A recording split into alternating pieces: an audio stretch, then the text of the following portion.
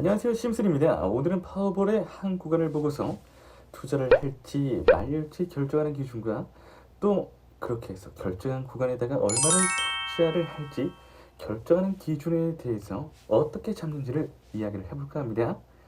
물론 구간을 보고서 접근을 하는 방법은 마다 다 다릅니다. 그래서 그 구간에 대해서 어떻게 투자를 진행하고 그 투자를 진행하는 방법들 중에서도 얼마를 투자를 진행할지를 결정하는 것, 그것은 쉽지 않은 방법인데요.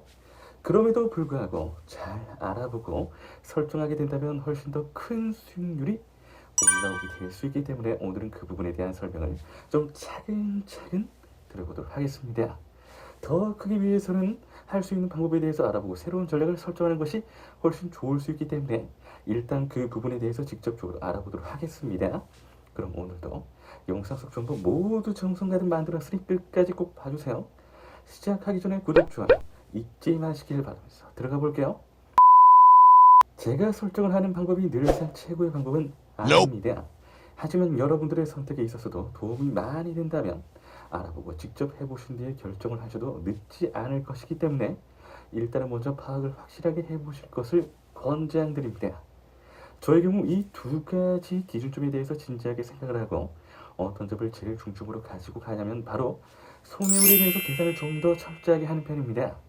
물론 손해율 말고 다른 분들은 수익률에 가장 먼저 집중을 하실 수도 있으실 텐데요. 그렇게 손해율보다 수익률에 집중을 하게 된다면 당연히 원하는 게임 결과를 얻기에 힘들 수가 있기 때문에 그런 방법보다도 더 나아질 수 있는 방법을 도전하실 것을 권장드립니다. 더 나아질 수 있는 방법이 바로 손해율에 집중을 하는 법입니다. 그래서 어떤 기준 따라서 설정하면 될런지 설명드리겠습니다.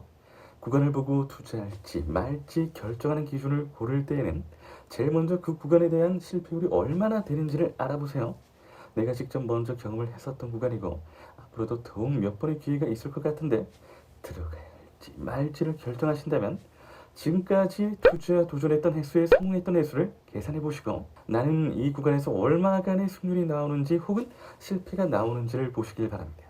그래서 승률이 10번 중에서 6번 난다라고 한다면 40% 정도의 손해율의 가능성이 있는 거니까 앞으로 비슷한 구간에서 들어가야 할지 말지를 고민하신다면 일단은 손해율을 감당할 수 있을 것 같다면 들어가셔도 무방합니다.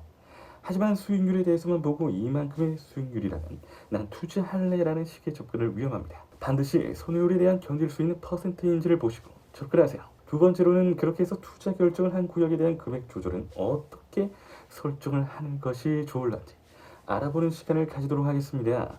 이럴 때는 당연히 보통 시드머니율을 지정을 해보신 뒤에 선택을 하는 것이 아무래도 좋은 방법이 될 수 있겠습니다.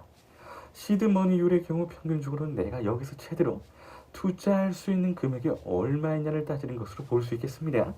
예를 들어서 내가 하루에 10만원을 가지고 파업을 할 건데 구간 하나에 투자를 할 적부터 10만원으로 설정을 과도하게 할 수는 없기 때문에 금액을 적절하게 설정하기 위해서 필요한 것은 반드시 시드머니율에 대해서 알아보는 것이 필요합니다.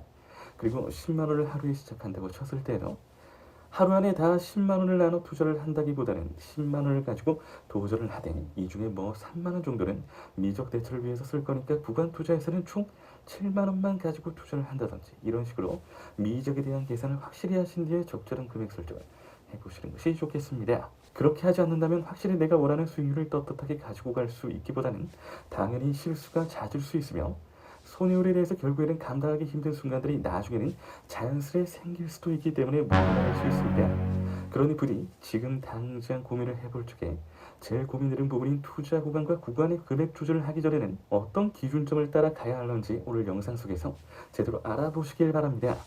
항상 말씀드리는 부분이죠. 아는 것과 모르는 것, 직접 해보는 것, 해보지 않는 것의 차이는 매우 뚜렷합니다. 매번 강조하는 데는 이유가 있는 거겠죠? 그러니 이 영상을 보고 계신 여러분들은 저를 믿고 한번 실천해 주세요. 저는 그 믿음을 결과로서 보답하겠습니다. 영상 끝까지 시청해주신 시청자 여러분들 진심으로 감사드립니다. 구독과 좋아요, 알림 설정 한 번씩만 부탁드립니다. 이상 심슨이었습니다.